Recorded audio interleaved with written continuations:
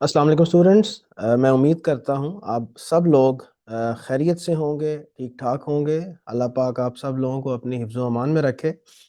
As promised, आज हमारा अल्हम्दुलिल्लाह फर्स्ट सेशन है बिजनेस फाइनेंस डिसीजंस का for the attempt of summer 2024।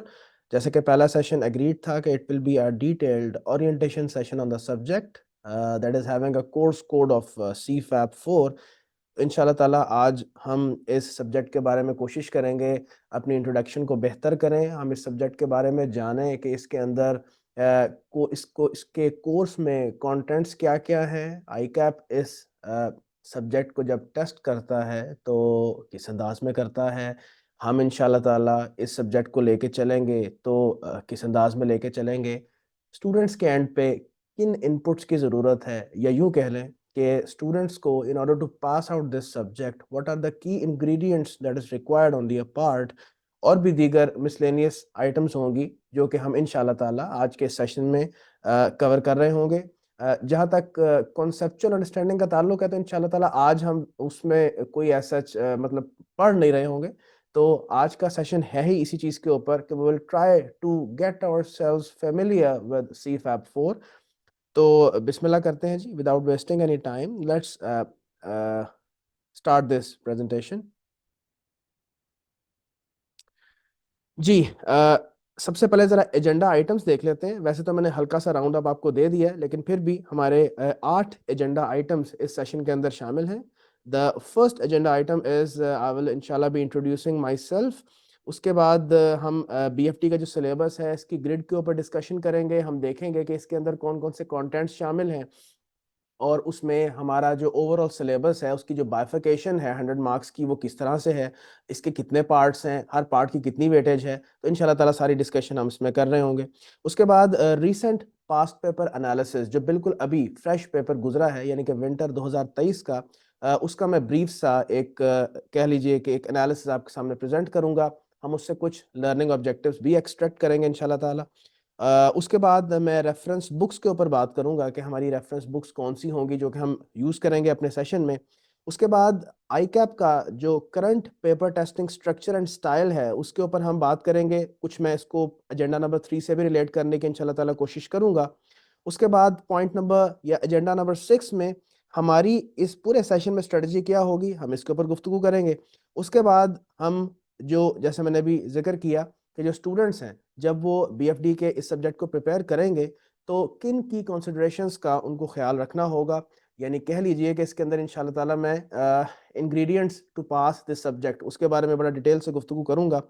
इसके बाद एंड पे इंशाल्लाह एजेंडा नंबर 8 के अंदर हम कोर्स कवरेज प्लान के ऊपर बात करेंगे कि हम इंशाल्लाह ताला इसको कब वाइंड अप कर लेंगे फॉर समर 2024।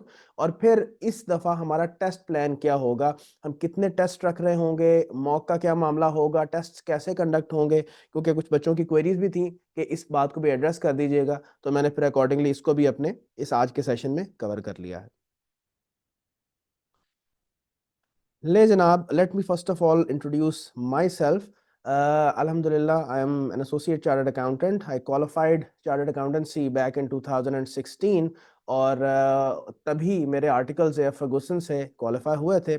उससे पहले अगर थोड़ा सा अपना मजीद एकेडमिक इंट्रोडक्शन दूं तो I did my BBA honours with my measures in finance from IBA Punjab university. 2010 में मैंने BBA ऑनर्स किया था। उसके बाद I did my MBA again with the measures in finance. और इसके अलावा आई am also the public finance accountant and I am a member of Pippa. तो ये तो एक ब्रीफ सा एक एकेडमिक इंट्रोडक्शन था। बाकी इसके अलावा अल्हम्दुलिल्लाह अल्लाह पाक का करम है कि I have been awarded with 7 academic gold medals throughout my academic career.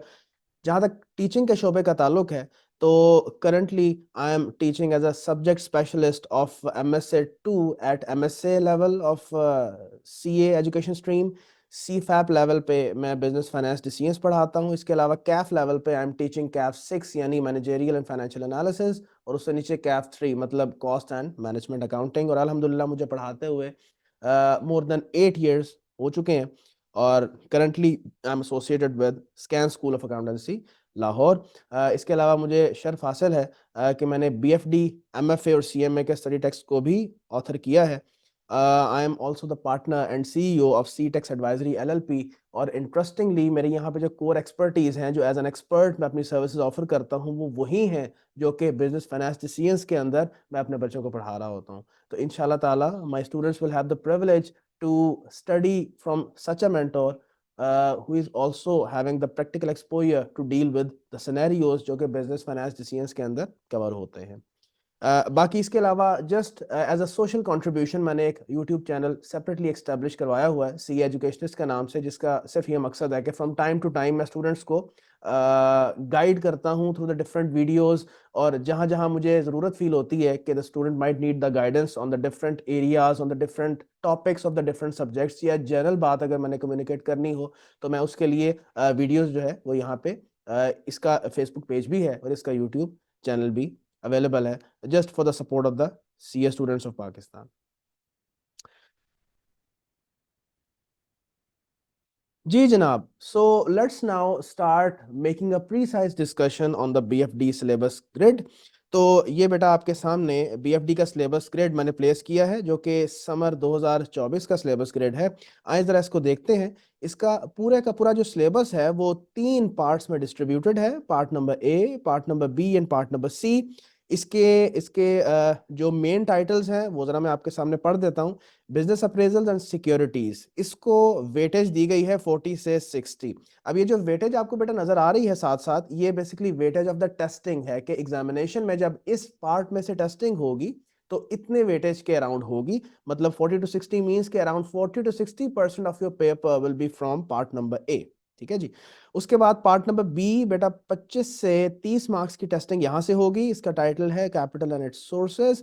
और पार्ट नंबर सी 20 से 25 नंबर की टेस्टिंग जो है इस पार्ट से एक्सपेक्टेड होगी, और इसका टाइटल है जी फाइनेंशियल रिस्क मैनेजमेंट।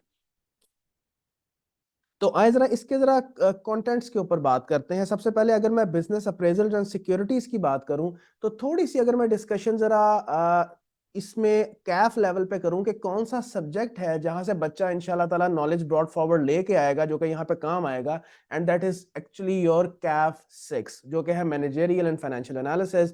वहां पे लकीली जो भी स्टूडेंट्स अब एमएफए पढ़ के आ रहे हैं उनके पास बहुत अच्छा नॉलेज ब्रॉड फॉरवर्ड होगा कि जब वो लोग यहाँ पे बीएफडी पढ़ेंगे तो बहुत से कॉन्सेप्ट्स वो होंगे जो कि वो पहले ही पढ़ के आ चुके होंगे। लेकिन इट्स ऑल्सो पॉसिबल, मैं भी बता देता हूँ आपको कि कौन से वो कॉन्सेप्ट्स हैं ताकि यहाँ पे वो रिलेट कर पाए इजीली।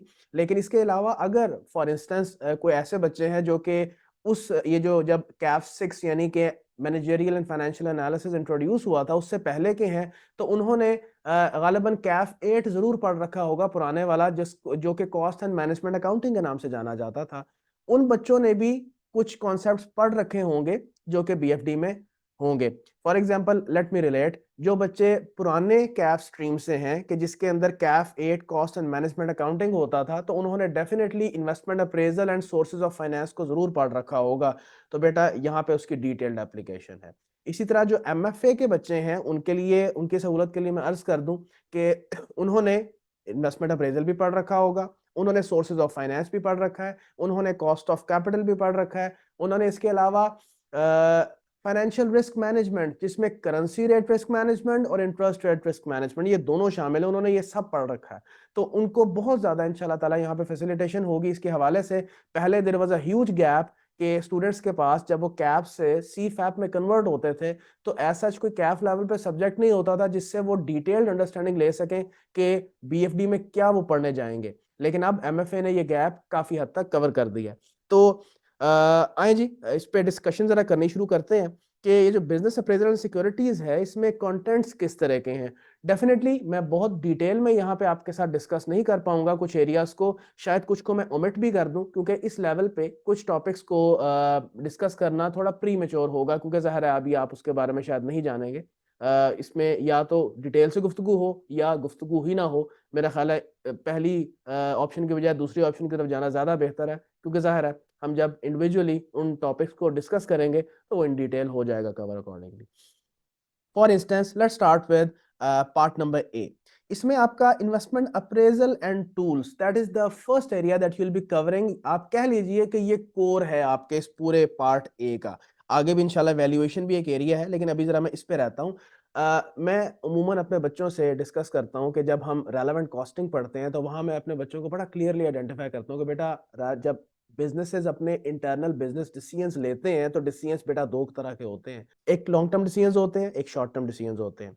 शॉर्ट टर्म वो डिसीजंस हैं कि जिनके साथ कॉस्ट और बेनिफिट्स जो एसोसिएटेड हैं या तो वन ऑफ है या उनका ताल्लुक साल के अंदर अंदर ही है। लॉन्ग टर्म डिसीजंस वो हैं कि जिनके साथ एसोसिएटेड जो कॉस्ट और बेनिफिट्स हैं वो एक साल से ज्यादा स्प्रेड हुए हुए हैं। और इसके अंदर किन की मिसालें कवर होती हैं बेटा? प्रोजेक्ट्स की। कि today you will make some capital investment and in the future you will be expecting what? Net cash inflows, net operating cash inflows. For example आप किसी भी बिजनेस की मिसाल ले लें तो बेटा शुरू में क्या होता है? You do the heavy capital expenditure and in the future you receive the net operating cash inflows in the future. पहले साल भी, दूसरे साल भी, भाई हर बिजनेस में ऐसे होता है कि पहले साल में कुछ चीजें बना के बेची, रेवेन्यू आया और उसको बनाने के लिए, उन यूनिट्स को बनाने के लिए कुछ ऑपरेशनल खर्चे आए। लाइकवाइज ईयर 2 में भी ऐसे ही कि कुछ रेवेन्यूज और कुछ आपके ऑपरेशनल खर्चे, तो वो net cash inflows over the year आपको रिसीव होते हैं। तो यहाँ पे आपको इवेल्युएशन करनी होती है, डिसीजन मेकिंग करनी होती है कि whether it is financially feasible to start this business और not, whether it is financially feasible to do this capital expenditure in this project or not।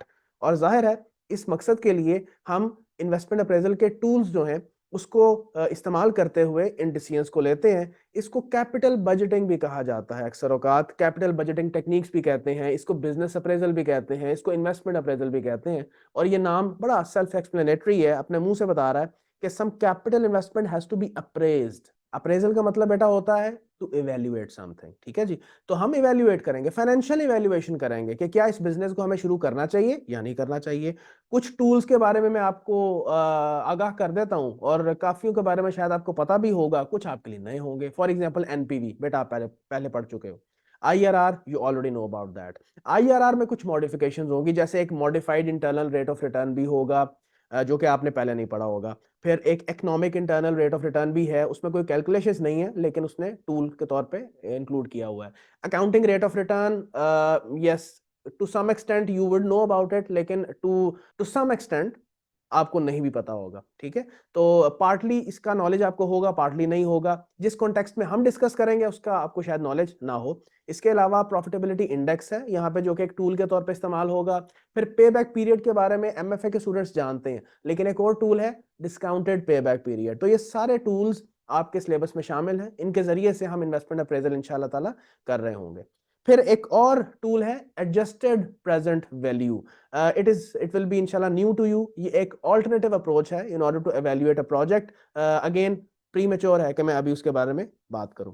इसके अलावा जब हम इंशाल्लाह ताला इन्वेस्टमेंट अप्रेजल पढ़ लेंगे तो कुछ स्पेसिफिक एप्लीकेशंस हैं इन्वेस्टमेंट अप्रेजल की जो कि आपके सिलेबस में कवर्ड हैं, वो भी हम इंशाल्लाह कवर करेंगे यहाँ पे। जैसे सेंसिटिविटी एनालिसिस है। इसके अलावा इस बात का फैसला करना कि अगर आपको किसी फिक्स्ड एसेट की जरूरत है तो क्या हम किस मोड ऑफ फाइनेंस से उसको फाइनेंस करें। अभी जो बिल्कुल रीसेंट अटेम्प्ट थी उसके अंदर एग्जामिनर ने बड़े अरसे बाद इसको टेस्ट किया है। फॉर एग्जाम्पल आपने लीज करवा के एक फिक्स एसेट लेना है या लोन के जरिए से लेना है, और भी मजीद मामला हो सकते हैं, मिसाल दी है मैंने आपको। फिर एक एसेट रिप्लेसमेंट डिसीजन होता है कि भाई एक एसेट है, ये तो तय है कि मैंने उसको इस्तेमाल करना है और जब तक मेरा बिजनेस है मैंने उसको इस्तेमाल करना है, लेकिन उसकी लाइफ जो है फॉर एग्जांपल 3 साल, 4 साल या 5 साल है। तो फैसला ये करना है कि मिसाल के तौर पे हर 3 साल बाद इसको नया नया एसेट खरीदना है या हर 4 साल बाद खरीदना है या हर 5 साल बाद खरीदना है। क्योंकि बेटा the later you replace an asset, उतनी ही उसकी मेंटेनेंस कॉस्ट बढ़ती जाती है, उतनी ही डिस्पोजल वैल्यू भी इसकी गिरती जाती है। तो ये फैसला भी अगेन एक स्पेसिफिक एप्लीकेशन है। अगेन मैं ज्यादा डिटेल में नहीं जा रहा, मैंने इसलिए आपको पहले बताया कि अभी तो हम सिर्फ जान रहे हैं इस सब्जेक्ट के बारे में। जी उसके बाद है जी valuation of the businesses and securities. बेटा ये मर्जर्स एंड एक्विजिशंस का एरिया है। आपने इसके बारे में अगर जानकारी ली होगी तो आई थिंक सो FAR 2 में you would have been introduced about the topic of consolidation. कि आपने अक्सर औकात ही देखा होगा कि एक कंपनी ने दूसरी कंपनी को फॉर एग्जांपल एक्वायर किया हुआ है, या एक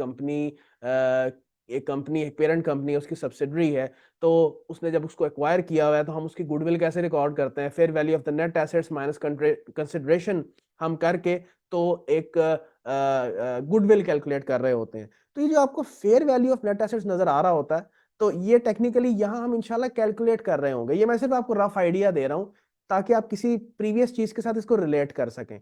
तो आप खुद सोचें कि जब बेटा एक बिजनेस ने दूसरे बिजनेस में मर्ज होना है, या एक बिजनेस ने ये फैसला करना है कि मैं दूसरी कंपनी को एक्वायर करूं, तो क्या आपके ख्याल में ऐसा नहीं होना चाहिए कि जो कंपनी दूसरी कंपनी के शेयर्स को एक्वायर कर रही है वो पहले उसकी वर्थ तो जाने कि जिसको एक्वायर किया जा रहा है उसके शेयर्स कितनी वर्थ के हैं। मैं जितनी इनको पेमेंट करने जा रहा हूं उनके शेयर्स के एवज, क्या वो इतनी वर्थ रखता भी है? भाई सीधी सी बात है। आप अगर सेकंड हैंड चीज अपनी बेचने जाते हो, मैं सिर्फ ये मिसाल इसलिए दे रहा हूं ताकि आप रिलेट कर सको कि एक शख्स जब सेकंड हैंड चीज खरीदने जाता है या आप बेचने जाते हो किसी बंदे को, तो वो इस चीज का तायुन करेगा कि भाई इसका मार्केट में रेट लगवाते हैं कि इसका मार्केट में क्या रेट है, ताकि मैं जो तुम्हें पेमेंट करूं वो इसकी वर्थ के बराबर हो। तो बिल्कुल ऐसा ही है कि जब एक कंपनी किसी दूसरे कंपनी के शेयर्स को परचेज करेगी, it will want to know कि what is the estimated worth of the net assets of this particular business that I am planning to acquire. Likewise, same stands true for merger. तो इंशाल्लाह ताला हम यहाँ पे देखेंगे कि क्या टूल्स इस्तेमाल होंगे, हम कौन से टूल्स इस्तेमाल करेंगे in order to value the net assets of the different businesses. इसके अलावा dividend and investment related decisions हैं, इसको बाज़ औक़ात मिसलेनियस एरियाज में भी कवर किया जाता है, चूंकि बेटा आप जानते हो कि डिविडेंड्स ज़्यादातर डिस्क्रिशनरी होते हैं। ज़्यादातर इसलिए कह रहा हूँ कि ऑर्डिनरी शेयर्स के ज़्यादातर डिविडेंड्स की डिस्कशन हो रही होती है और वो डिस्क्रिशनरी होते हैं। तो उसके डिसीजंस कैसे लिए जाते हैं, डिविडेंड की पॉलिसीज क्या होती हैं, हाउ द कंपनीज डिसाइड कि हम डिविडेंड्स डिस्ट्रीब्यूट करें ना करें, डिविडेंड्स किन किन मोड्स में डिस्ट्रीब्यूट किए जा सकते हैं, और डिफरेंट मिसलेनियस इन्वेस्टमेंट डिसीजंस हैं, वो इंशाल्लाह ताला हम इसी पार्ट में कवर कर रहे होंगे। So in other words this is the most time consuming and most weighted area of the entire business finance decisions. चलें part number B, capital and its sources. ये वाला पार्ट जो है इंटरेस्टिंगली ये बहुत ज्यादा रिलेटेड है पार्ट नंबर ए के साथ। यानी मुझसे अगर पूछे, मैं भी जब आपको कवर करवाऊंगा बीएफडी का सिलेबस तो वो कुछ इस तरह से होगा कि पहले मैं इन्वेस्टमेंट अप्रेजल और इसके टूल्स इस पर डिस्कशन करूंगा और हम इंशाल्लाह ताला इसके सवाल भी करेंगे। उसके बाद स्पेसिफिक एप्लीकेशंस की बात होगी। उसके बाद बजाय इसके कि मैं वैल्यूएशन में शिफ्ट करूंगा, from there I will switch to part number B और मैं sources of finance and cost of capital की बात करूंगा।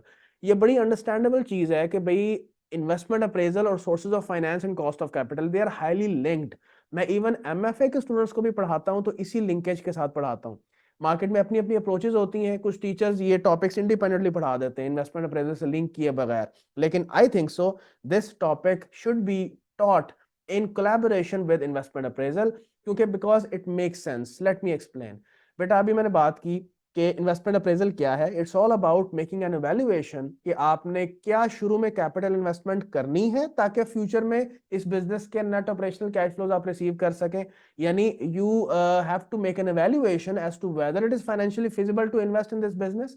तो सर ये जो शुरू में हैवी कैपिटल इन्वेस्टमेंट हो रही है, शुडंट यू नो कि कौन से सोर्सेज ऑफ फाइनेंस से मुझे ये वाला पैसा आना चाहिए, किस सोर्स ऑफ फाइनेंस का मैं इंतखाब करूं in order to make an investment in this business.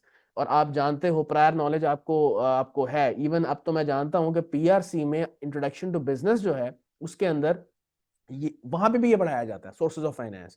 तो मोटा मोटा तो आप जानते ही हो बेटा, डेट फाइनेंस होता है और इक्विटी फाइनेंस होता है। इक्विटी की आगे से टाइप्स हैं, डेट की आगे से टाइप्स हैं।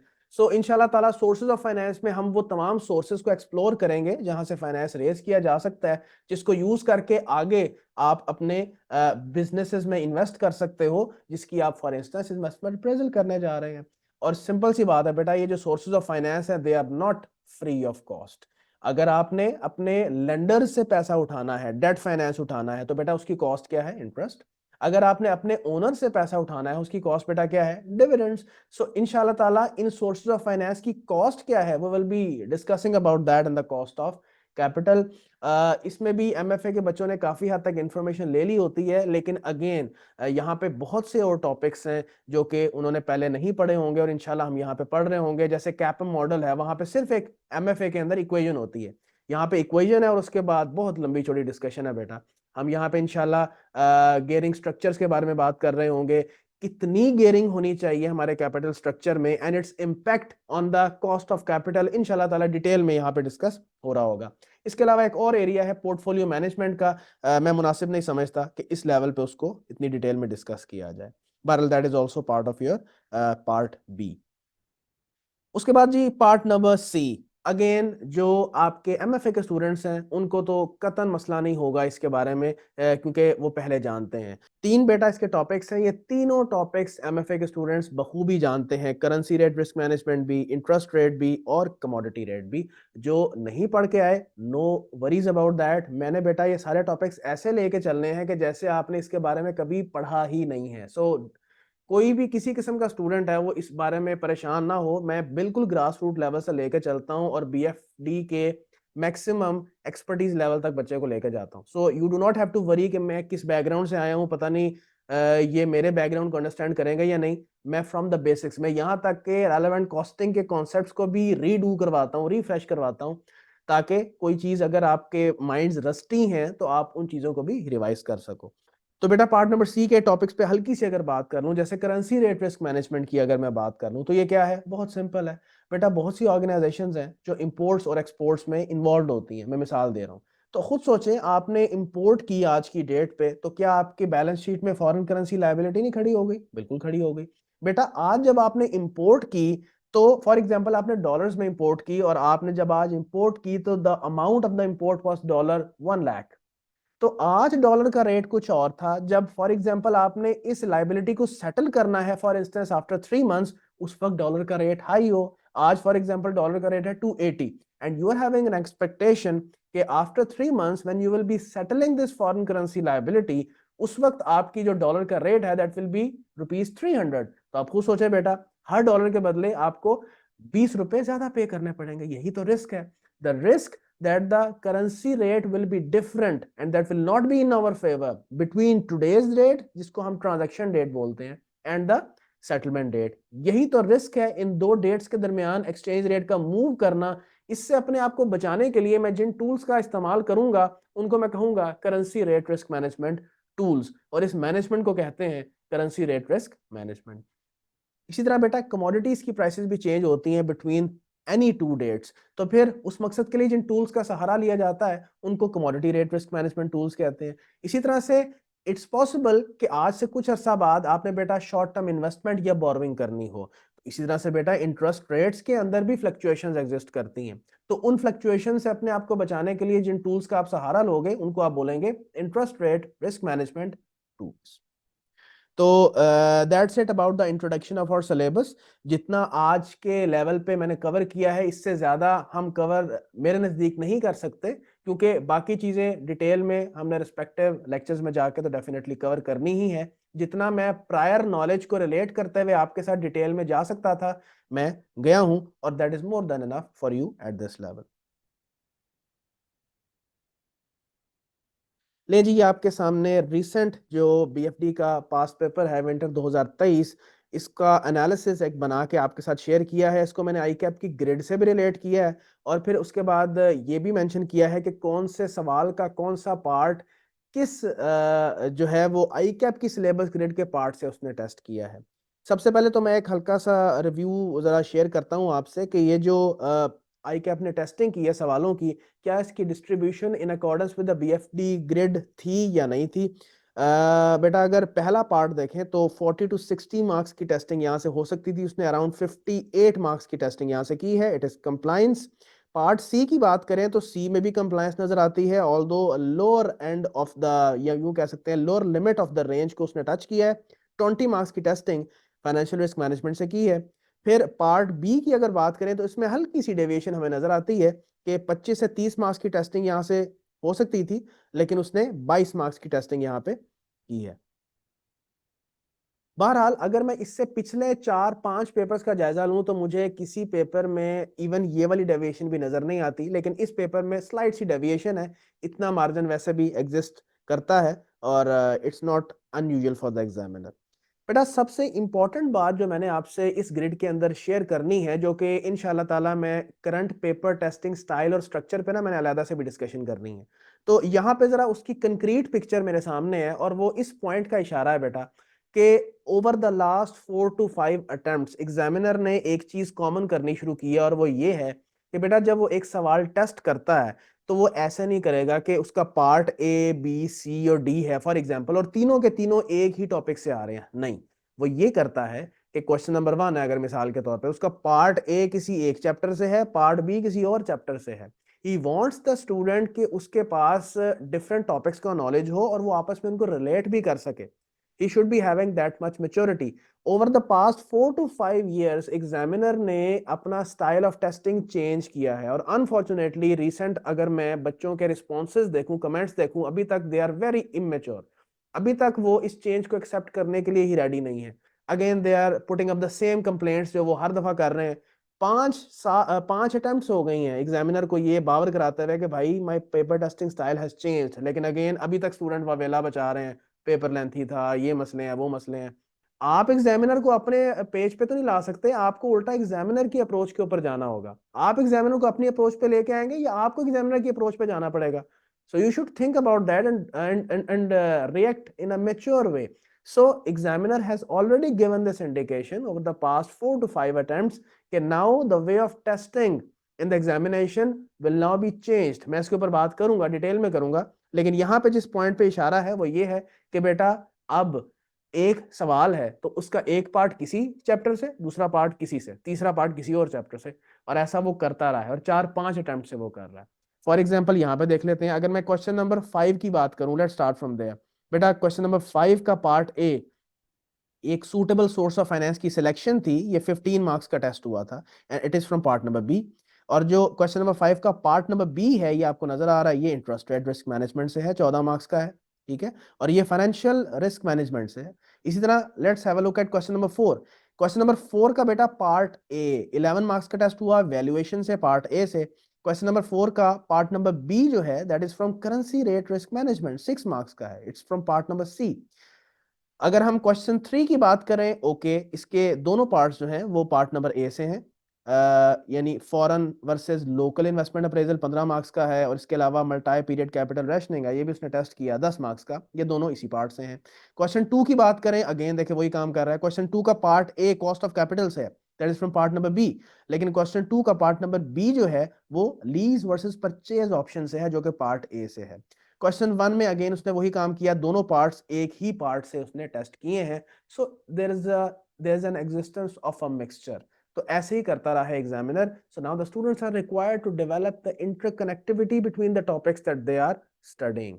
क्योंकि आपको बेटा थोड़ा सा बैकग्राउंड नॉलेज पता होगा कि इससे पहले की जो एजुकेशन स्कीम थी उसमें बीएफडी और एक पुरानी मैनेजमेंट अकाउंटिंग होती थी। तो पुरानी मैनेजमेंट अकाउंटिंग का भी 61% हिस्सा बीएफडी में शामिल था, और ये बहुत बड़ा ह्यूज जायंट था बीएफडी। ये तकरीबन मेरा ख्याल है 4-5 साल तक रहा है।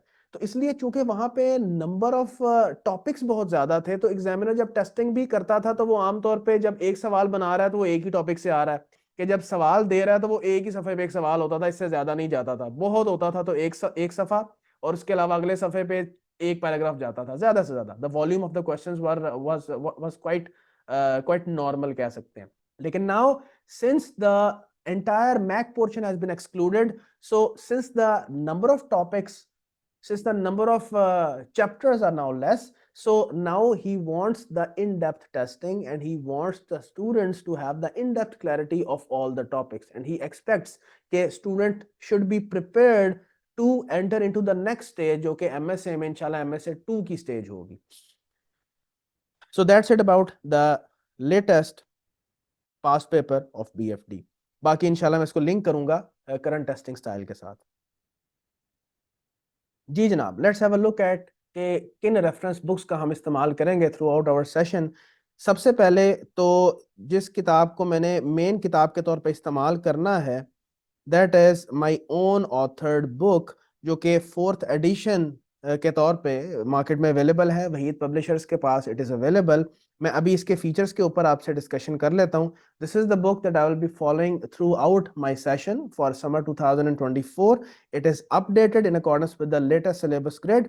और सेकंड बुक जो कि आपने बेटा अपने पास बैकअप पे रखनी है, वो आई कैप की स्टडी टेक्स्ट है, और इसके साथ इसकी प्रैक्टिस किट भी अवेलेबल है, तो वो आपके स्टूडेंट लॉगल में आपको मिल जाएगी। तो दिस इज, मैं इसको प्रायोरिटाइज कर रहा हूँ कि ये नंबर 1 जो है ये आपके पास हर वक्त होनी चाहिए, क्योंकि I will be referring to it from time to time, इसी को यूज किया जा रहा होगा।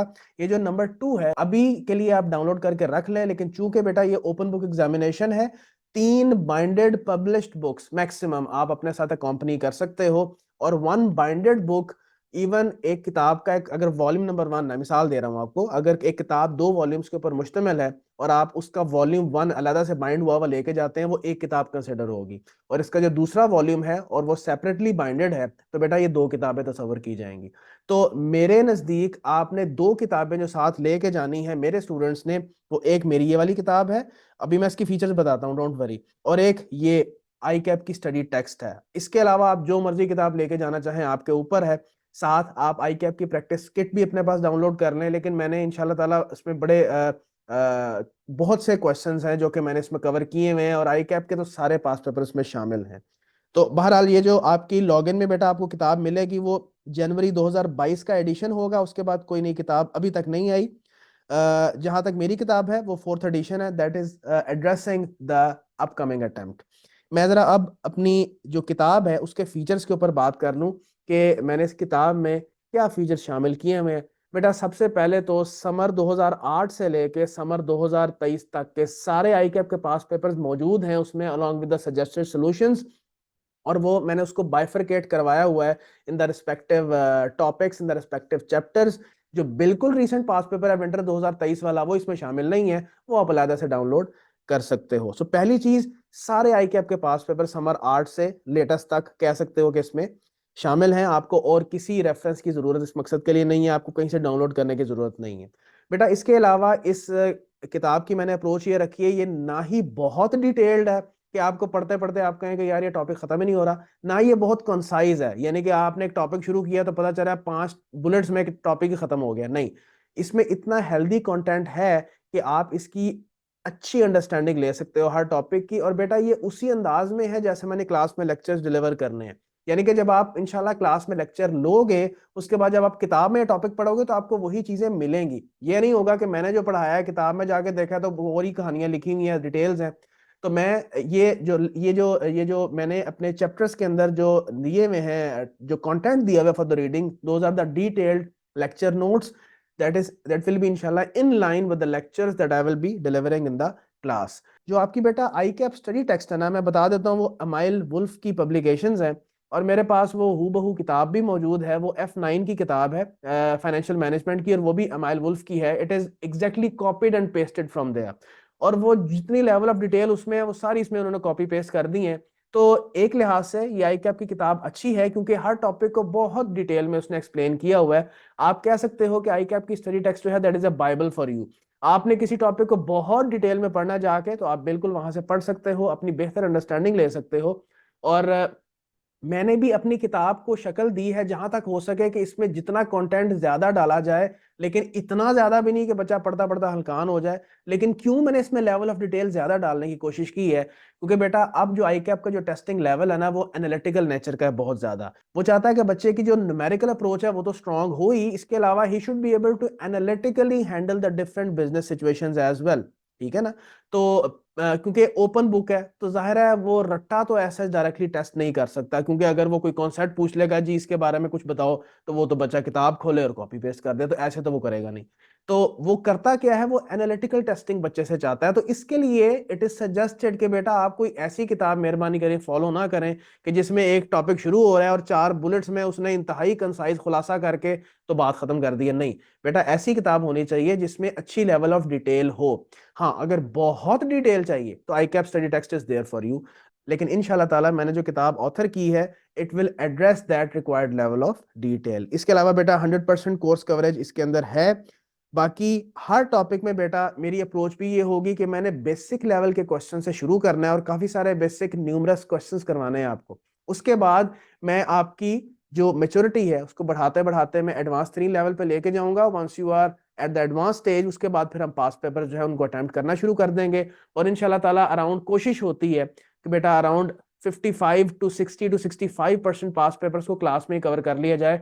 मैं भी ऐसे ही करूंगा, बल्कि आखिरी 2 एक हफ्तों में तो ये होगा कि मैं पूरे के पूरे पास पेपर रिसेंट वाले मैंने इंशाल्लाह कोर्स कवरेज प्लान तो शेयर कर दिया हुआ है। समर 2021 का, समर 2022 का, समर 2023 का, विंटर 2023 का, ये 4 पास पेपर्स तो मैंने टिप्स पे गिनवा दिए आपको। ये मैंने एंड पे क्या करना है, ये पूरा पेपर पकड़ना है और शुरू से एंड तक पूरा सॉल्व करना है। There is a very important logic for that.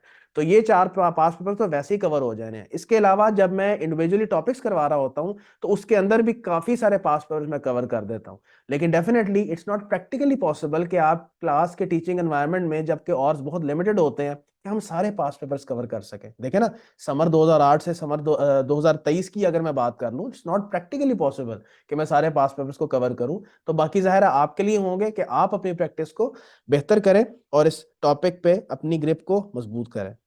बाकी इसके अलावा मैंने एक बड़ा इंपॉर्टेंट काम इसमें किया हुआ है कि एक ट्रैकिंग शीट बनाई है। इसी किताब के शुरू में उसको प्लेस किया हुआ है। ये बड़ी इंपॉर्टेंट शीट है आपके लिए कि ताकि आप ट्रैक रख सको, कंट्रोल रख सको इस चीज का कि आपने कौन कौन से पास पेपर्स कर लिए हैं और कौन कौन से पास पेपर्स आपके रह गए हैं। बेटा उसके अंदर मैंने ये भी बताया हुआ है कि किस अटेम्प्ट से टेस्ट हुआ, ये इस चैप्टर के किस टॉपिक से इसमें टेस्टिंग हुई है। हर क्वेश्चन में मैंने यही किया है। उस क्वेश्चन का टाइटल, उस क्वेश्चन के मार्क्स कितने थे, ये किस अटेम्प्ट में टेस्ट हुआ, और इसके अलावा इस चैप्टर का कौन सा टॉपिक है जो कि इस सवाल में एड्रेस हुआ है। क्योंकि एक चैप्टर है तो उसमें काफी सारे बेटा टॉपिक्स हैं। तो इससे आपको बड़ी मदद मिल जाएगी कि जब आप फॉर एग्जांपल एक चैप्टर के अंदर एक टॉपिक करने बैठे हो तो आपको मालूम हो कि ये टॉपिक किन किन अटेम्प्ट्स में टेस्ट हुआ है। तो बड़ी मजेदार शीट है, मेरा ख्याल है, I am not very much sure, may be 7 8 9 सफ़ों की होगी। तो उसमें मैंने 2008 से 2023 तक सारे पास पेपर्स को बेटा इस तरह से बाइफरकेट किया हुआ है। तो ये आपको बहुत मदद देगी in order to control that to what extent have you covered your ICAP past papers. So these are the features of this book. बाकी तो इंशाल्लाह ताला अगर आपने इस चीज का, आई एम अज्यूमिंग कि आप ये ओरिएंटेशन सेशन देख रहे हो, तो यू हैव डिसाइडेड कि आप you will be carrying on this session of mine of PFD. तो इंशाल्लाह ताला वो तो मैं 24/7 अपने बच्चों के लिए व्हाट्सएप पे अवेलेबल होता हूँ। आप किसी भी टाइम पूछ सकते हो। तो हमारी डिस्कशन इसके हवाले से चलती रहेगी थ्रू आउट द सेशन। जी, current paper testing structure and style, जैसे मैं बेटा अभी जिक्र कर रहा था कि मैं इंशाल्लाह ताला अभी जो करंट एग्जामिनर का टेस्टिंग फ्लेवर है उसके ऊपर बात करूंगा कि एग्जामिनर किस तरह से over the past 4 to 5 attempts में बीएफडी के पेपर को टेस्ट कर रहा है। पहले तो मैं ज़रा हल्की सी कंपोजिशन पे बात करता हूँ, फिर उसके स्टाइल पे ज़रा डिबेट करते हैं। पहले तो एक इम्पॉर्टेंट पॉइंट यहाँ पे ये कि सवाल कितने आते हैं। अभी ये एक में 4 या 5 जो पास पेपर है उसके बेस पे अगर मैं एनालिसिस दूं तो ऑन एवरेज, बल्कि ज्यादातर यही होता है कि एक पेपर में 5 एक सवाल होते हैं। एक में मेरा ख्याल है over the period of 4 to 5 or 6 attempt शायद किसी एक में 6 6 सवाल थे, लेकिन यूजुअली 5 सवाल ही होते हैं। और अगेन 100 मार्क्स का है, 3 घंटों के की टाइम एलोकेशन है उसके अंदर। अब मैं आता हूं जो चेंजेस देखी गई हैं over the period of 4 to 5 attempts, जो कि बहुत इंपॉर्टेंट है आपके लिए इसको जहन में रखना, क्योंकि बेटा आपकी तैयारी जो है that should be very much tuned in accordance with the requirement of the examiner. बहुत इंपॉर्टेंट है बेटा कि आप अपनी तैयारी को एग्जामिनर की रिक्वायरमेंट के हिसाब से ट्यून करें। जैसी एग्जामिनर की रिक्वायरमेंट है उस हिसाब से अपनी तैयारी को मेक श्योर करें कि वो उस तरह से हो। ये जो राइट पे आपको 3 आइटम्स नजर आ रही हैं, ये करंट ट्रेंड की बेस्ट रिफ्लेक्शन है। फॉर एग्जाम्पल मैं पहले पॉइंट को एड्रेस करता हूं। सबसे पहले फिजिकल एक्सपेंस या volume of text per question. बेटा 4 5 अटेम्प्ट से पीछे अगर मैं जाऊं, जैसे मैंने जिक्र किया था, उससे पहले ओल्ड स्कीम थी। उस वक्त एग्जामिनर का स्टाइल ये था कि वो अगर एक सवाल देता है उसका जो वॉल्यूम है वो एक सफ़े पे था, इससे ज़्यादा नहीं हुआ करता था। अगर बहुत भी था तो एक सफ़ा और अगले पेज पे कहीं मेरा ख्याल है एक पैराग्राफ होता था। ये मैंने कुछ देर पहले भी बात एड्रेस की है। हुआ ये कि 4 5 अटेम्प्ट से एग्जामिनर ने काम करना शुरू किया कि अगर फॉर एग्जांपल इन्वेस्टमेंट अप्रेजल की बात करता हूं तो वो उसका वॉल्यूम वो 2 सफ़े पे ले जाता है। कभी 1.5 सफ़े पे होता है, कभी 1.25 सफ़े पे। इसी तरह वैल्यूएशन की बात करें उसमें भी वो ये काम कर जाता है। किसी और सवाल में भी अगर वो करना चाहे तो वो ये कर सकता है। बाज़ औक़ात ऐसे भी हो जाता है कि वो सवाल के 2 पार्ट्स बनाता है। पहला पार्ट जो है वो 1 सफ़े पे है, या फॉर एग्जांपल कह सकते हैं कि पौने 1 सफ़े पे है, और साथ ही पार्ट बी फिर अलहदा से शुरू हुआ है, उसकी अलहदा से डिटेलिंग है। इस तरह से 1.5 सफ़ा बन गया। यानी volume of text to read for a student per question वो उसने बढ़ा दी है। देखें, इसकी जहां तक लॉजिक की के ऊपर आपने डिबेट करनी है तो मैं एग्जामिनर को इस पॉइंट पर सपोर्ट करता हूं। देखिए, आप स्ट्रेट अवे उठ के MSA 2 में चले जाएंगे और MSA 2 में सीधा आपको लंबी लंबी केस स्टडीज एक्सपोज कर दी जाएं, ये बहुत बेहतर है कि उससे पहले कोई इंटरमीडिएट लेवल पे सब्जेक्ट हो जिसमें आप ज्यादा volume of text per question पढ़ने के आदी हों। देखिए MSA 2 के अंदर 3 सवाल होते हैं। पहला सवाल 50 नंबर का होता है, it even covers around 6 to 7 pages. 4 सफ़ों का सवाल होता है पर question for question number 2 and 3। ये आलम होता है वहां पे। अब एग्जामिनर ने 4 से 5 अटेम्प्ट में क्या किया कि volume of text per question बढ़ा दिया। उसमें वो कुछ नहीं करता, उसमें बस जिस कंपनी के बारे में, जिसका सिनेरियो आपके सामने रख रहा है, उसके बारे में फर्दर डिटेल्स मेंशन करता है। यानी कि he has increase the element of text per question more in comparison to the previous testing flavour. जहां तक फिगर्स का ताल्लुक है, जहां तक कॉन्सेप्चुअल कॉम्प्लेक्सिटीज का ताल्लुक है, वो वही है। मुझे इसमें यकीन माने कोई इंक्रीज नजर नहीं आया। The only challenge now that the students face is that, अब सीधी सी बात है बेटा, जब टेक्स्ट टू रीड ज्यादा होगा तो बच्चों को बाय डिफॉल्ट ज्यादा पढ़ने का टाइम चाहिए होगा। उनका ज्यादा टाइम इन्वेस्ट हो जाता है इन रीडिंग। जब ज्यादा टाइम कहीं पे भी देखें आपके पेपर में कंज्यूम हो गया, वो कोई भी चीज हो सकती है, रीडिंग में, सॉल्विंग में, तो ultimately it effects what, it effects the paper completion rate. यही रीजन है कि बच्चे अभी तक कंप्लेन कर रहे हैं, मैं हैरान हूं, अभी तक कंप्लेन कर रहे हैं कि पेपर लंबा है, पेपर लंबा है। और लंबा किस वजह से है? क्योंकि volume of the text per question is in fact मोर। अब इस चीज को इंडिकेट करते हुए एग्जामिनर को 5 अटेम्प्ट गुजर चुकी हुई है, लेकिन अभी भी बच्चा वो उसी खुशफहमी में है और अभी एक कंप्लेनिंग नेचर के साथ, अभी भी उसी कंप्लेनिंग माइंडसेट के साथ बैठा हुआ है कि पेपर लेंथी है। अब होना ये चाहिए कि जब आप मुसलसल एक चीज को देख रहे हो बेटा, it means that now examiner wants you to change your approach. Why are you not changing your approach? Why are you not doing this thing कि जब आप एक सवाल करते हो तो प्लीज टाइमर रख के करो इस चीज को, और मेक श्योर करो कि आप अपनी रीडिंग एबिलिटी को बेहतर करें। Attempt more and more questions with in the time constraints, और कोशिश करें आप जब उसको सॉल्व करें तो आपने विद इन टाइम उसको सॉल्व करना है। सिर्फ सवाल कर लेना आपका ऑब्जेक्टिव नहीं होना चाहिए। देखिए, आप जब एक सवाल करते हैं ना, तो आपके जहन में 2 ऑब्जेक्टिव्स होने चाहिए, एक इफेक्टिवनेस और एक एफिशिएंसी। इफेक्टिवनेस का मतलब होता है ऑब्जेक्टिव अचीव कर लेना। ऑब्जेक्टिव अचीव करने का मतलब क्या है? यानी सवाल सही हो जाए। एफिशिएंसी क्या है? With in time, with in resource होना चाहिए। अब BFD का बेटा जो टेस्टिंग स्टाइल चल रहा है, अगर आपने अपनी इफेक्टिवनेस पे ही फोकस किया और एफिशिएंसी पे फोकस ना किया, तो you will fall somewhere around 65 to 70% of the paper completion rate. ये बिल्कुल भी अच्छा नहीं है, ये बिल्कुल भी आपकी पासिंग परसेंटेज या प्रोबेबिलिटी को बढ़ाएगा नहीं, ये इफेक्ट करेगा। बहुत से स्टूडेंट्स बेटा, आप ओवर द 4 to 5 अटेम्प्ट मैंने देखे हैं, वो कहते हैं कि सर 70 अटेम्प्ट हुआ है, सर 65, सर 75, और पेपर का जब रिजल्ट आता है तो वो कहाँ पे फॉल कर रहे होते हैं? 40 पे, 45 पे, 48 पे। यानी कि had they solve the complete paper, अगर उन्होंने 100% पेपर कर लिया होता, चलो 95%, 90% दे कुड हैव पास्ड। लेकिन अगेन, चूंकि बच्चा आदी नहीं होता इस चीज का कि यार मैंने टाइम का भी लिहाज रखना है। यकीन माने, ये मैं पता नहीं कितनी दफा इस बात को डिफरेंट फोरम्स पे हाईलाइट कर चुका हूं कि हमारे यहाँ बच्चे की, CA के बच्चे की जो अप्रोच होती है वो ये होती है कि यार मैं सवाल करने बैठा हूं, किसी तरह बस मेरा सोल्यूशन या मेरा आंसर एग्जामिनर के आंसर से अगर मैच हो गया, मेरी ईद हो गई। बाकी मैंने और कुछ नहीं देखना, बस I have achieved my motive, अल्लाह अल्लाह खैर सलाह, आप पेपर में जाके देखेंगे। Throughout his preparation this is his approach, जो कि गलत है। फॉर गॉड से इस चीज को देखा करें कि यार, क्योंकि अगर उन्हीं बच्चे से पूछा जाए ना कि भाई ये जो तुमने सवाल किया है कितनी देर में किया है, वो कहेगा सर मुझे तो 1 घंटा लग गया करने में। अक्सर बच्चे कहते हैं सर मुझे 1.5 घंटा, सर मुझे 2 घंटे लगे करने में। सर आपके पास पेपर में एक सवाल करने के लिए 2 घंटे हो गए, 1 घंटा होगा? प्लीज इस चीज को बेहतर करें। इट इज, ये आप हैं जिसने इस चीज को एड्रेस करना है। सॉल्व एज मेनी क्वेश्चंस, और जब सवाल करो इफेक्टिवनेस नहीं इंश्योर करनी बेटा, साथ एफिशिएंसी भी इंश्योर करनी है। इसी चीज को कैटर करने के लिए इंशाल्लाह मैंने अभी आपके साथ अपना टेस्ट प्लान शेयर करूंगा। उसमें मैंने 8 कॉम्प्रिहेंसिव टेस्ट सेशंस रखने हैं, और उसका ऑब्जेक्टिव ये होगा कि तुम टाइम कॉन्स्ट्रेंट्स में रहते हुए हैवी क्वेश्चन, हैवी से मुराद है ज्यादा वॉल्यूम ऑफ टेक्स्ट के साथ जो क्वेश्चंस हैं उसको तुम सॉल्व करो विद इन टाइम कॉन्स्ट्रेंट्स।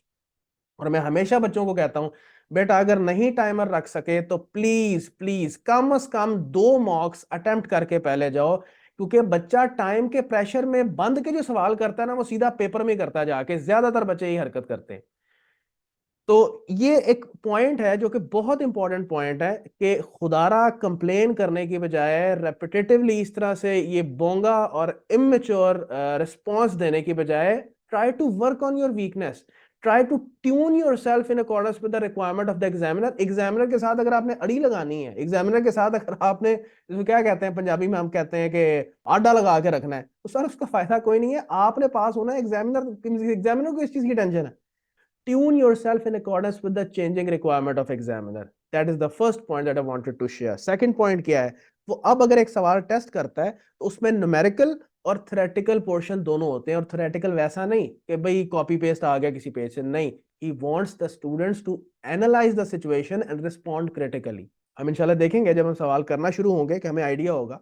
तो अब एग्जामिनर इस तरह से टेस्टिंग की तरफ ज्यादा इंक्लाइंड है। अच्छी परसेंटेज अब होती है जो कि वो थ्योरेटिकल रिस्पॉन्स से बच्चे को टेस्ट करता है। डिफरेंट, फॉर एग्जांपल एक सवाल है, उसका पार्ट ए, बी और सी है।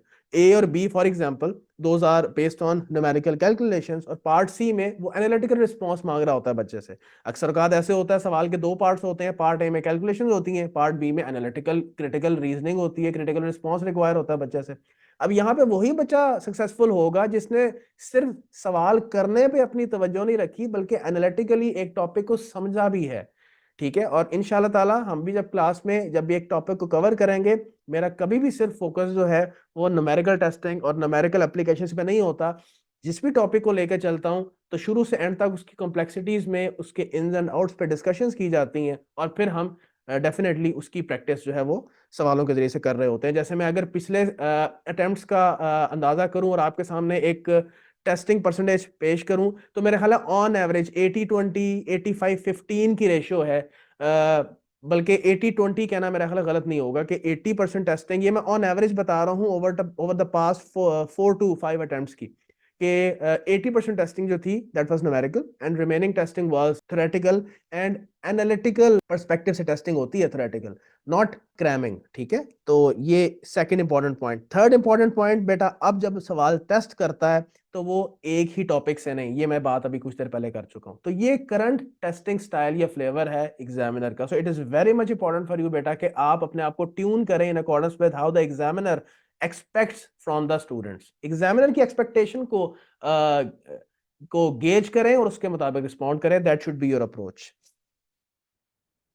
ले जी, having discussed all that, now it's very important for us कि हम जरा अब ठहर के डिस्कस करें कि हम क्या करेंगे अपने सेशन में, किस तरह से अपने इस पूरे के पूरे सब्जेक्ट को लेके चलेंगे। हमारे क्लास में प्रोग्रेशन ऑफ एक्टिविटीज क्या होगी, हम कौन सी एक्टिविटीज ऐसी करेंगे कि जिससे हमारे ये एरियाज जिसका मैंने भी जिक्र किया जो कि इंतहाई वाइटल है फॉर यू टू पास, उसको हम कवर कर सकेंगे। अभी मैंने इसके अलावा स्टूडेंट्स के साथ इंग्रेडिएंट्स भी शेयर करने हैं, डोंट वरी।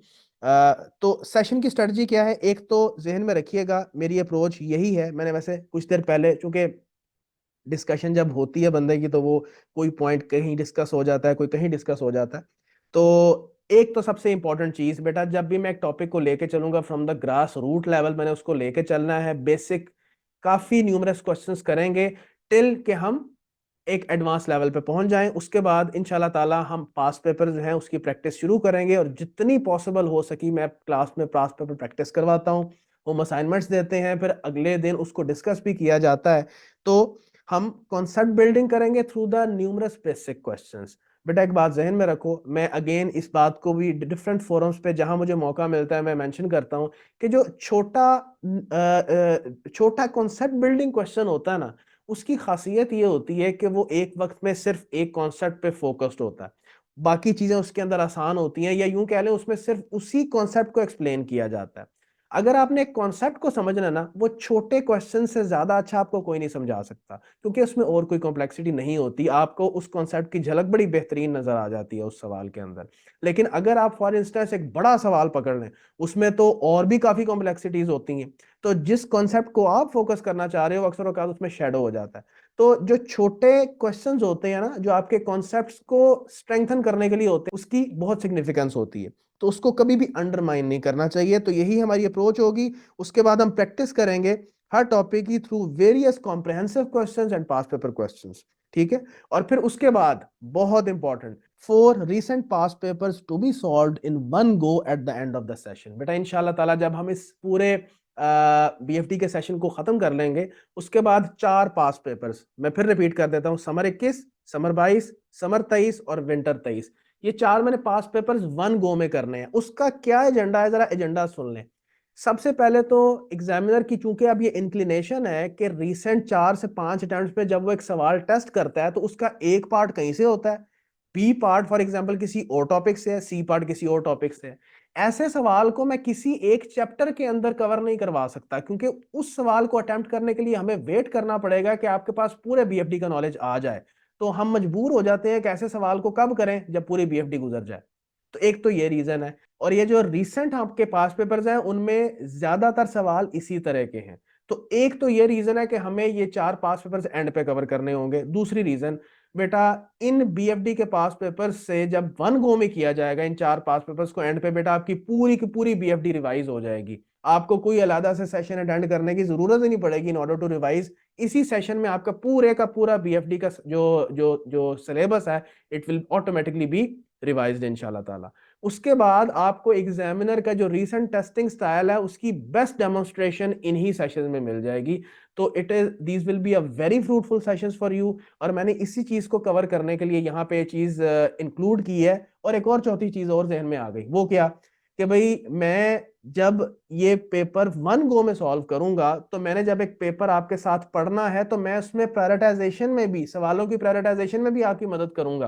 कि देखें, अगर मैं एज अ स्टूडेंट होता और मेरे सामने एक पेपर आता तो मैं किसको पहले करता और मैं क्यों करता। या अगर स्टूडेंट्स, एक एवरेज अंडरस्टैंडिंग की स्टूडेंट वाला बच्चा एग्जाम हॉल में बैठा हुआ है, तो वो इन 5 सवालों में से किसको पहले कर सकता है and what is the reason for that. और फिर पहले 15 मिनट आप कैसे स्पेंड कर सकते हो, इसकी डेमोन्स्ट्रेशन भी मैं इंशाल्लाह ताला उन्हीं लेक्चर्स में दे रहा हूँ। तो 3 से 4 बहुत वाइटल ऑब्जेक्टिव्स होंगे जो कि हम इस आखिरी सेट ऑफ सेशंस में मीट कर रहे होंगे, जिसमें हम 4 फुल फ्लैश पास पेपर्स करेंगे। तो it is very much important. फिर उसके अलावा जो बच्चे को सबसे ज्यादा प्रॉब्लम करती है चीज बीएफडी के पेपर्स में, और वो है अगेन वॉल्यूम पर क्वेश्चन चूंकि ज्यादा है, उसको प्रॉब्लम आती है। पेपर अटेम्प्टिंग परसेंटेज जो है वो वीक हो जाती है, ठीक है, स्टूडेंट्स की। तो इस चीज को कैटर करने के लिए मैंने 8 कॉम्प्रिहेंसिव टेस्ट सेशंस प्लान किए हैं और एक फाइनल मॉक, वो तो डेफिनेटली होगा। तो ये जो 8 कॉम्प्रिहेंसिव सेशंस हैं, टेस्ट के जो सेशंस हैं, जो 8 कॉम्प्रिहेंसिव टेस्ट हैं, इनके लिए मैं इंशाल्लाह ताला आपको व्हाट्सएप ग्रुप में अपडेट कर दूंगा। मोस्ट प्रोबेबली हम इसका कुछ मामला ऐसे करेंगे कि it will be shared in the WhatsApp group. जो रिमोट स्टूडेंट्स होंगे हमारे, जो रिमोटली जो है जिन्होंने एडमिशन लिया होगा और वो रिमोटली पढ़ रहे होंगे, तो वो तो जाहिर है ऑनलाइन ही उनको देना पड़ेगा। और मेरा ख्याल है उनके लिए फाइनेंशियली और हर लिहाज से फिजिबल भी यही है कि वो ऑनलाइन इसको सॉल्व करें और सबमिट कर दें, and that will be marked. और जो स्टूडेंट्स फॉर एग्जांपल फिजिकली आके ऑन कैंपस टेस्ट देना चाहते हैं एक डेट के ऊपर, तो उनके लिए भी हम कोई ना कोई फैसिलिटी अरेंज कर लेंगे, क्योंकि कुछ स्टूडेंट्स की क्वेरी है कि अगर हम फिजिकली आके टेस्ट देना चाहें तो। क्योंकि अगेन अब ज्यादातर जो इंक्लिनेशन है सी फैब के स्टूडेंट्स की वो ऑनलाइन की तरफ ही है। तो कुछ स्टूडेंट्स अगर फिजिकल के लिए डिमांड करते हैं तो हम इसको डिस्कस करके कोई एक प्लान सेट कर लेंगे, जिसके तहत अगर कोई स्टूडेंट फिजिकली ऑन कैंपस आके टेस्ट देना चाहता है तो वो भी टेस्ट दे सकेगा। ले जी, बीएफडी प्रेपरेशन के लिए की कंसिडरेशंस क्या चाहिए। ये on the basis of my experience, on the basis of my analysis, मैंने कुछ सेट ऑफ इंग्रेडिएंट्स आइडेंटिफाई करके यहाँ पे प्लेस किए हैं, जो कि इंतहाई ज़रूरी हैं आपके लिए ये जानने के लिए right from the day one कि बेटा अगर आपने इस सब्जेक्ट को पास करना है तो कौन से 3 इंग्रेडिएंट्स हैं। ये अगर आप अचीव कर लोगे तो इंशाल्लाह ताला there is no doubt in the fact that you will pass this subject. लेकिन बेटा आपको इसको समझने की जरूरत है। मैंने इसकी वेटेज भी लिखी है कि मैं इस पर्टिकुलर इंग्रेडिएंट को कितनी वेटेज देता हूं। 3 फैक्टर्स आपको नजर आ रहे हैं, एक तो कंसेप्चुअल स्ट्रेंथ, एक practice of the application of concepts through attempting past papers, और फिर पॉलिश करना या इंप्रूव करना the performance time of 3 hours and 15 minutes। मेरे नजदीक 40% जो कंट्रीब्यूशन है आपकी कॉन्सेप्चुअल स्ट्रेंथ का है। और ये आपको किस चीज के लिए एनेबल करेगा, it will enable you to handle the questions from any attempt. बाज बच्चों की ना ये एक कह लें कि एक मिसकॉन्सेप्शन होती है, बल्कि मेरा ख्याल है काफियों की होती है, कि अगर मैंने रीसेंट पास पेपर्स या पिछले 10 साल के सारे कर लिए ना, इसका मतलब है मुझे सब ये सब्जेक्ट आता है। सर आपने 10 पिछले पास पेपर्स कर लिए ना, तो 11वां पेपर जिसमें आप अपीयर होंगे ना, उसमें कोई ऐसी चीजें आ जाएंगी जो कि तुमने शायद कवर ही नहीं की होंगी 10 पास पेपर्स में। बच्चों का one of the common flaws ये होता है कि वो पास पेपर्स को बेस बनाते हैं नॉलेज गेनिंग के लिए, जबकि बेटा नॉलेज गेन करने का जो सोर्स है वो आपकी किताब है। किताब से आपने नॉलेज गेन करना है, आपने पास पेपर से थोड़ी नॉलेज गेन करना है। बहुत से कॉन्सेप्ट्स हैं जो कि अभी शायद टेस्ट नहीं हुए। इसके अलावा एग्जामिनर के पास बहुत बड़ा कैनवस है, वो जब टेस्टिंग करने जाएगा वो पता नहीं किस किस बिजनेस मॉडल को उठा के अपने सामने रख सकता है। आपके लिए कोई बिजनेस, अभी कितने बिजनेस मॉडल्स मैं आपको टिप्स पे गिना सकता हूं जिस पे एग्जामिनर टेस्ट कर सकता है, लेकिन अभी तक उसने टेस्टिंग ही नहीं की।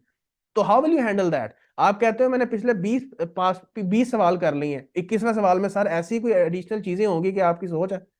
तो you can never ensure that unless you have the conceptual strength. बेटा जिसकी कॉन्सेप्चुअल स्ट्रेंथ अच्छी है वो किसी भी अटेम्प्ट से सवाल उठा के कर सकता है। अगर आपकी कॉन्सेप्चुअल स्ट्रेंथ अच्छी है तो एक दो पास पेपर नहीं भी करके गए तो कोई मसला नहीं है। लेकिन हैविंग सेड दैट, आप अगर ये कहो कि बस कॉन्सेप्चुअल स्ट्रेंथ ही इनफ है, बस पेपर की प्रैक्टिस इनफ नहीं है, मैं इसका कतन कायल नहीं हूं। बेटा कॉन्सेप्चुअल स्ट्रेंथ लो, उसके बाद practice your application of the concept by solving the past papers. बेटा जिसके पेपर में तुमने अपीयर होना है वो टेस्ट कैसे करता है, जब तक उसको नहीं बार बार करोगे कैसे पता चलेगा कि एग्जामिनर इसको कैसे टेस्ट कर रहा है? तो both of these things go hand in hand. Handsome pass paper practice, लेकिन पास पेपर्स को ये हवा नहीं बना लेना कि जब तक मेरे शुरू से एंड तक पास पेपर नहीं ना हो जाएंगे तब तक मेरी तैयारी ही नहीं है। नहीं, कॉन्सेप्चुअल स्ट्रेंथ प्लस हैंडसम पास पेपर प्रैक्टिस। अब इसमें it is a bit subjective. मैं कहता हूं कि कोशिश करें जितने पास पेपर्स करें उतना अच्छा है, क्योंकि बेटा सीधी सी बात, जितना गुड़ डालें उतना मीठा। लेकिन कम से कम पिछले 10 सालों के अगर पास पेपर आप कर सकते हो तो it is very good for you. यानी कि मैं, मेरे कहने का क्या मतलब है, अगर 2013 से अब तक के पास पेपर्स कर लो तो ये बड़े मोर देन इनफ है तुम्हारे लिए। आई डू नॉट थिंक आपको बेटा ACCA ICAW कहीं जाने की जरूरत है। ये मोर देन इनफ है तुम्हारी कॉन्सेप्ट बिल्डिंग के लिए और ये अंडरस्टैंड करने के लिए कि आई कैप कैसे अप्लाई करवाता है कॉन्सेप्ट्स को। मुझे ना उन टीचरों के लॉजिक की समझ आती है कि जो कहते हैं कि जी हमने ICAW से सवाल करवा दिए, हमने ACCA। ओ भाई मुझे एक बात बताओ, अगर तुमने कॉन्सेप्ट्स की कवरेज इधर से करनी है कि ACCA का सवाल करवाओ और ICAW का, फिर तो आप शुरू हो जाए ACCA और ICAW और सीमा को भी पकड़ लें, आप कैनेडियन चार्टर्ड अकाउंटेंट्स की बॉडी को भी पकड़ लें और जब से वो बनी है उसके सारे सवाल कवर करवाएं, अगर आपने कवरेज यहीं से करवानी है। Sir give the concept to the students. Students के कॉन्सेप्ट ऐसे होने चाहिए कि उसके बाद चाहे ICAW का सवाल हो, चाहे ACCA का हो, चाहे मैं कहता हूँ कैनेडियन चार्टर्ड अकाउंटेंट्स का कोई सवाल हो, वो उसको हल कर ले। अगर आपने कवरेज यहां से इंश्योर करनी है और बच्चों पे एक इंप्रेशन झाड़ना है कि जी मैंने ACCA का करवा दिया है, तो भाई फिर तो आप मतलब मेरे पास जवाब नहीं है देने के लिए। इस तरह तो आप कभी भी कवरेज नहीं कर सकते, इसकी तो हद ही कोई नहीं है। तो the point is that the conceptual strength must be there. उसके बाद भाई जो मर्जी सवाल तुम्हारे सामने रख दिया जाए तुम उसको अटेम्प्ट कर लो। मैं इससे ज्यादा इसमें क्लैरिटी में और कुछ नहीं कह सकता। तो 40% बेटा इनपुट आपकी कॉन्सेप्चुअल स्ट्रेंथ से आएगा, 30% आपको स्ट्रेंथन करेगा आपकी पास पेपर की हैंडसम प्रैक्टिस। आगे मैंने लिखा हुआ है it will strengthen your application of the concept and make you realise how ICAP tests each concept. और थर्ड चीज जो कि अब रीसेंट अटेम्प्ट्स में in the face of that it is extremely vital, और बेटा क्या है, एफिशिएंसी बेहतर करें। मैं बार बार इस पे फोकस कर रहा हूं, प्लीज एफिशिएंसी बेहतर करें, अपनी performance of 3 hours and 15 minutes को बेहतर करें। इन सिंपल वर्ड्स, अनफॉर्चुनेटली बेटा आपको जज किया जाएगा based on your 3 hours and 15 minutes। अगर उसमें परफॉर्मेंस अच्छी नहीं है, चाहे तुम 6 महीने पता नहीं किससे पढ़ के आए हो, पता नहीं कितनी किताबें खोली हैं, एग्जामिनर ने उसी शीट ऑफ पेपर के जरिए से तुम्हें एवेल्युएट करना है। उसमें अगर परफॉर्मेंस तुम्हारी कैसी है कि भाई उसमें अगर तुमने परफॉर्म किया है ऐसे कि सिर्फ 70% अटेम्प्ट हुआ है, एग्जामिनर तो उसी बेस पे एवेल्युएट करेगा। तो बेटा उसकी परफॉर्मेंस बेहतर करने का मतलब क्या है कि बेटा जितनी अटेम्प्टिंग परसेंटेज तुम्हारी बेहतर होगी, जितना 100% के करीब पहुंचने की कोशिश करोगे इन टर्म्स ऑफ अटेम्प्टिंग, उतना तुम्हारे लिए बेहतर है। ठीक है सर, और इसके लिए क्या स्ट्रेटजीज हैं, जैसे मैंने बताया बेटा जब सवाल करें प्लीज टाइमर के साथ करें। फिर उसके बाद पेपर में जाने से पहले कम से कम 2 दफा मॉक्स 2 मॉक्स आपको बेशुमार मॉक्स मिल जाएंगे इन द एंडिंग मंथ, देख लीजिएगा। और इसके अलावा मैं खुद आपको रेकमेंड कर दूंगा एक पास पेपर, मैं उसको छेड़ूंगा भी नहीं, वो आपके लिए मैं छोड़ दूंगा, वो आप खुद कीजिएगा एक पास पेपर। ठीक है, तो मॉक्स अवेलेबल हो जाएंगे, आपने करके जाने हैं, क्योंकि ये जो टाइम कॉन्स्ट्रेंट में रहते हुए सवाल करना है that is very very important now for the BFD students. और इसके अलावा जो 8 मैंने कॉम्प्रिहेंसिव टेस्ट बनाने हैं इंशाल्लाह that will cover that as well. ठीक है जी, तो ये जैसे मैंने बताया कि ये वाला जो पॉइंट है ये मेरे नजदीक 30% अब इनपुट यहाँ से है। ठीक है, and that is turning out to be one of the very important reasons for of failure for the students in the recent attempts. और आगे मैंने मेंशन कर दिया कि it will improve your paper attempting percentage. जहाँ तक course coverage plan का ताल्लुक है, मैंने वैसे व्हाट्सएप ग्रुप्स जो मेरे सर्कल में थे, मैंने उनमें फ्लोट करवा दिया है कि मेरा कोर्स कवरेज प्लान क्या होगा। इंशाल्लाह ताला जनवरी 15 से अप्रैल 30 2024 को तक ये सेशन चलेगा, और इंशाल्लाह ताला अप्रैल 30 तक इट विल बी फाइनलाइज्ड। और उसके बाद I think so you will have more than a month, ताकि आप अपनी तैयारी जो है उसको इंश्योर कर सकें। उसके अंदर जो रिवीजन आपने करनी है रिवीजन कर सकें, आपने मॉक्स अटेम्प्ट करने हैं आप मॉक्स अटेम्प्ट कर सके। टेस्ट प्लान मैंने अभी जैसे कुछ देर पहले भी शेयर किया था, इंशाल्लाह 8 कॉम्प्रिहेंसिव टेस्ट आपके होंगे, और उसके अलावा एक फाइनल मॉक एग्जामिनेशन हम रखेंगे डेफिनेटली। ये लास्ट मंथ में होगा, before you will B appearing in your examination, मतलब इंशाल्लाह मई के अंदर समवेयर डेट आपको अनाउंस कर दी जाएगी, तो उसमें हम इसको प्लान कर लेंगे। व्हाट्सएप ग्रुप बेटा आपका इंशाल्लाह आई थिंक सो 1-2 दिनों में बन जाएगा, तो मैनेजमेंट से कांटेक्ट कर लीजिएगा, व्हाट्सएप ग्रुप ज्वाइन कर लीजिएगा। जहां तक मेरी अवेलेबिलिटी का ताल्लुक है, do not care about messaging me any time. मैं 24/7 अपने स्टूडेंट्स के लिए अवेलेबल होता हूँ। ठीक, आप किसी भी टाइम, आपको फॉर एग्जांपल किसी कॉन्सेप्ट में मसला है, आपको किसी पेज पे कोई चीज लिखी हुई है वो समझ नहीं आ रही, आपको कोई सवाल नहीं समझ आ रहा, किसी कॉन्सेप्ट में मसला है, आप उसकी स्क्रीनशॉट लें, कोई पेज है अगर फॉर एग्जांपल, और अपनी क्वेरी साथ लिख के मुझे भेज दें। मेरी कोशिश होती है कि मैं 12 घंटे में से एक आध घंटा अपने बच्चों के लिए निकालूं, और मैं ही जवाब देता हूं, कोई टीए वाला सीन मैं नहीं रखा हुआ। I directly respond to the queries of the students. आप किसी भी टाइम पढ़ रहे हैं, आपको प्रॉब्लम है, you can share the query with me. Group है, ग्रुप में शेयर करना कर दो, मुझे पर्सनली शेयर करना कर दो, इट्स नॉट एन इशू। उसके बाद time table 3 days a week होगा, ठीक है, शुरू में मंडे ट्यूसडे एंड वेंसडे, और उसके बाद मेरा ख्याल है अराउंड 20th of March से आपके सैटरडेज भी ऑन हो जाएंगे, क्योंकि जाहिर है कोर्स कवर करना होता है, तो हमें उस हिसाब से इसको प्लान करने की जरूरत होती है। ले sir, that was all about our orientation session. मैं उम्मीद करता हूं कि सारे के सारे की एलिमेंट्स जो कि एड्रेस होने चाहिए थे पहले सेशन में, दे हैव बीन एड्रेस्ड। बाकी अगर आपकी कोई मजीद क्वेरी है, आप मुझसे पर्सनली या जो भी ग्रुप बनेगा उसके अंदर पूछ सकते हो। आई विल इंशाल्लाह बी रिस्पॉन्डिंग टू दैट। इसके अलावा मेरी एक और प्रैक्टिस होती है कि जब एक वीक गुजर जाता है, तो एक वीक का राउंड अप मैं शेयर किया करता हूँ अपने बच्चों से, कि इस वीक में हमने क्या क्या चीजें पढ़ी हैं। वो एक ट्रैकिंग ट्रैकिंग के लिए बड़ा मुफीद चीज हो जाती है, कि उनके पास एक लिस्ट बन जाती है कि हर लेक्चर में कौन कौन से कंटेंट्स हैं। तो वो उन्होंने अगर फॉर एग्जांपल कोई खास कॉन्सेप्ट सिर्फ उसका लेक्चर देखना चाह रहे हैं, तो वो उस लेक्चर को ओपन करके तो उसमें से वो कंटेंट्स देख सकते हैं। इन अदर वर्ड्स आप उसको इंडेक्सिंग भी कह सकते हो, कि each and every lecture is indexed. आपको अगर बाद में किसी बहुत प्रीवियस लेक्चर में से कोई कंटेंट, अगर कोई दोबारा उसका लेक्चर देखना है, तो आप वो जो मैं आपको वीकली राउंड अप शेयर किया करूंगा, वो आपके पास नोट्स के तौर पे आते जाएंगे। आप उस राउंड अप्स को यूज करते हुए रेलेवेंट लेक्चर में जाके उस खास कॉन्सेप्ट को जो है वो वहां से देख सकोगे। तो बाकी इंशाल्लाह ताला आपसे जो है वो इंटरेक्शन रहेगी इन टर्म्स ऑफ लेक्चर्स, और in terms of our discussion in the WhatsApp group. I wish you all very best of luck for your upcoming attempt of summer 2024। और मे बी आप में से कोई ऐसा स्टूडेंट हो जो अभी लेक्चर्स ले ले, लेकिन उसने शायद उससे नेक्स्ट अटेम्प्ट में अपीयर होना हो, तो best of luck to you as well for your future endeavours. अल्लाह हाफिज।